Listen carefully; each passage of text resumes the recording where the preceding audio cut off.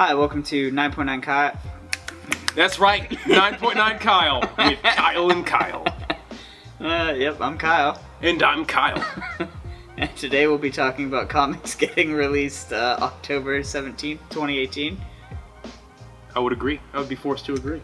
To start things off today, I'm going to start into Marvel Comics with the Venom Annual #1. I'm not going to go too much into this. We know enough about Venom already. I don't need to keep. It's Donny Cates' Venom. It's the annual for the series. Already successful run. It's kind of a no-brainer. You're doing the exact opposite of what I said I was going to do. Well, You're beating I feel horse. like You're just beating the dead horse. Moving on. We do have one that I will go into detail about with out of Marvel Comics, Marvel Zombie #1. It's a new Marvel Zombies title written by W. Maxwell Prince, art by Stefano Raphael, and cover art by Juan Ferreira. I can't say that. Ferreira. where? Yeah. Ferreira? Ferreira. Yeah. New from the House of Ideas, Marvel Zombies is back with a twist.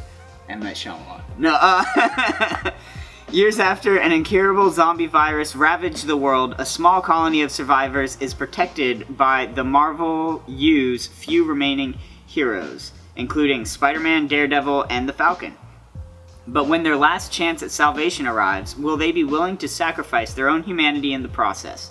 From the twisted minds of Ice Cream Man writer W. Maxwell Prince and Stefano Raphael from Generations Hawkeye, comes the next macabre obsession for fans of The Walking Dead and The Road.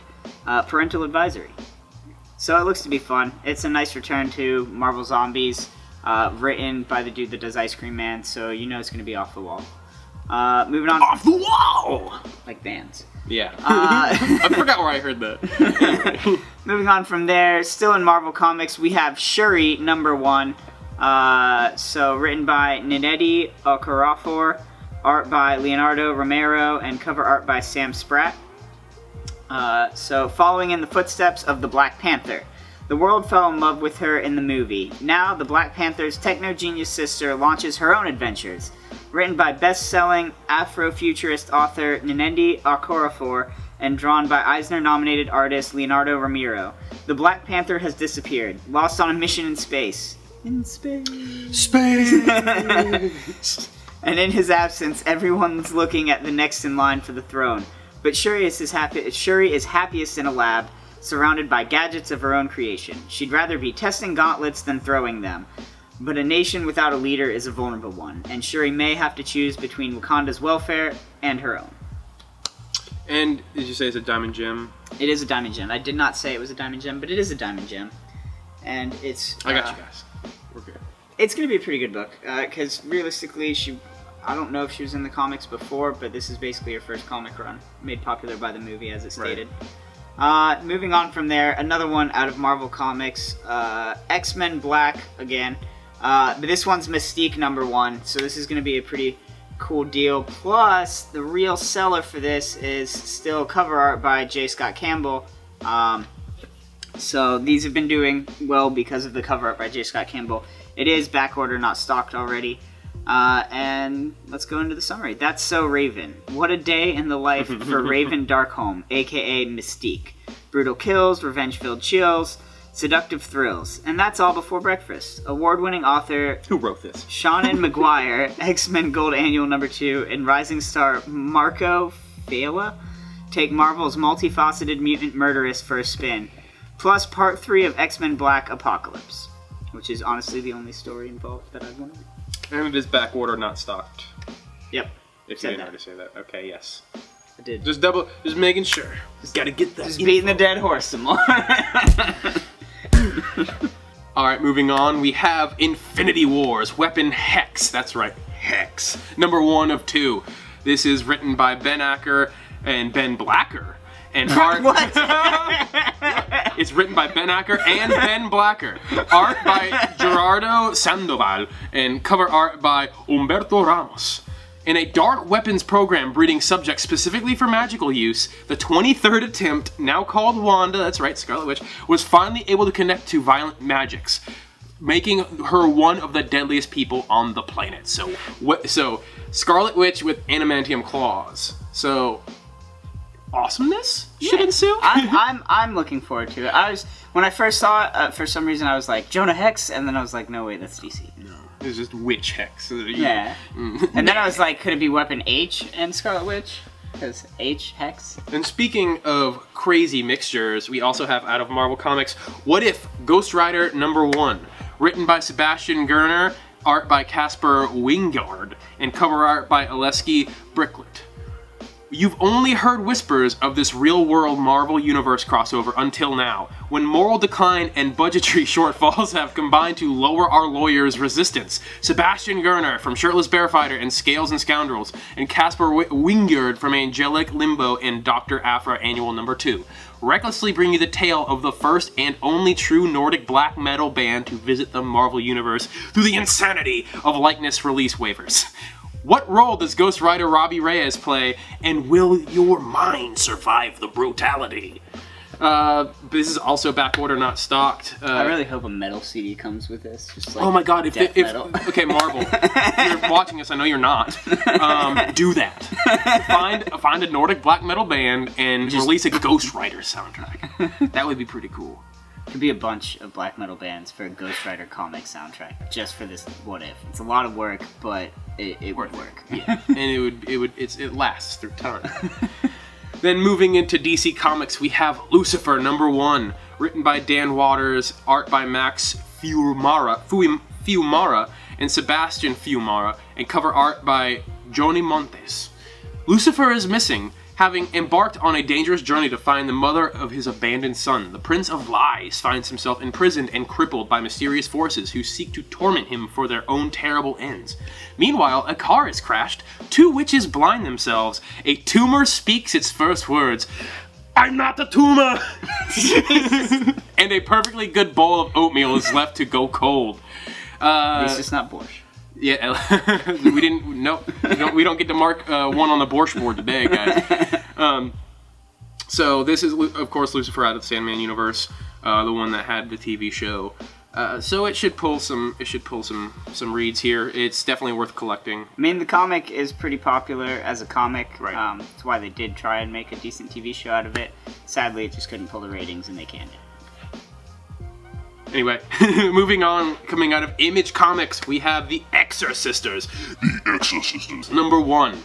This is written by Ian Boothby. I love that last name. And art and cover art by Giselle Lagasse. Or is that how you say? Okay. Did you sign a deal with the devil? Has your fiancé been dragged to hell? Then Kate, that's K and C, Haro should be the first ones you call for timely soul retrieval at a reasonable rate. But why are these identical twins so different? Is there a darker secret? An all-new ongoing series by Eisner Award-winning writer Ian Boothby, love that name, The Simpsons and Mad Magazines with art by Giselle Lagasse. From Menage a Three. Menage a Three. And Archie. I'm really I like the premise of this book. I like the cover art. Chris has high hopes. I have high hopes for it, but it is still a bit of an unknown. Right, That's why it's not in the next spot. Right, which is the 9.9 no-brainer! Thank you for reminding me, Chris. And this week's 9.9 no-brainer is a little comic book called Source #1, written by Don Hanfield and art by Charles Carvalho. The Source is a story of Bennett Miller, a high school teacher in East St. Louis who still lives with his grandmother. One day, Bennett is approached after his class by a mysterious old woman, Miss Putnam, who tells him... mysterious old woman, Miss Putnam. We know who she is, who tells him that the magic is real, and he's the one prophesied to return it to humanity. The only problem, it's been outlawed for thousands of years by the Ancient Few, a powerful sect who hoard it to prolong their own lives and will stop at nothing to keep it a secret. Based on true history, real legends, and actual folklore and myths, co-written by History Channel's Nightfall writer Don Hanfield and Joshua Malkin, and illustrated by Leno Carvalho. So the reason why we have this as a 9.9 no-brainer is it is from fairly people who haven't messed around in comics too much. They're not known in the comic realm too much. They are for certain things that are widely They're already established. Like Stabity Bunny, right? Coming out of Scout Comics. So the publisher releases a lot of low print, good runs. Right. So exactly, and that's what we're looking for here. We know these people, the creators, they have chops. We know it's going to be good stuff. The storyline's there. I'm really interested. It's going to be a low run because it's coming out of Source Comics, and it's a #1. So there's a lot of ticks, and we here at 9.9 Comics have high hopes for it, just like we had high hopes for comics like Redneck and Batman Damned. So take and that. it's oh man, I'm super excited for this storyline. It kind of reminds me of like a magical version of the Vampire's Assistant. What was the Cirque du Freak? That's what the books were called. That was some good stuff. But that's really it for the 9.9 no-brainer. Moving on into the honorable mentions. All right, so for the honorable mentions this week, we have Batman 57. It's got a beautiful Tony S. Daniels cover A as well as a Mattina cover B. Looks great so far. Then we have the book cover #2, because that could get confusing. Yes. Dragon Age Deception #1. It's a video game comic off Dragon Age. Very successful franchise. Gideon Falls #7. It's doing well. MCMLXXV #2, which I found out is the Roman numeral for 1975, by the way, guys. So you know. The more you know. Ogre #1. So another new #1. And Pearl #3, which has been doing fantastic from Brian Michael Bendis out of DC. Right. So. And thank you for all you new subscribers. We've seen you've got a bunch of you in the past week or so. Thank you for joining us, and we hope to have you around for a while, and that we will help your collection as much as we help the current loyal watchers, which thank you guys. We love you. And our own. And yes, and our own, because we of course take our own our own advice. More often than not. Yeah. Sometimes people like don't, and they miss out on things like Batman Damned, or I was busy Wednesday. I couldn't come on or Mattina's. I buy my comics on Thursday a lot of the time because I work like 2.5 jobs. Or that Mattina Deathstroke Arkham cover. Yeah, but that you gave me. That I have. Yeah, it's a great piece. Mm-hmm. Inner Circle. Anyway, thanks for watching, guys. Remember to like and subscribe, and we will see you next time.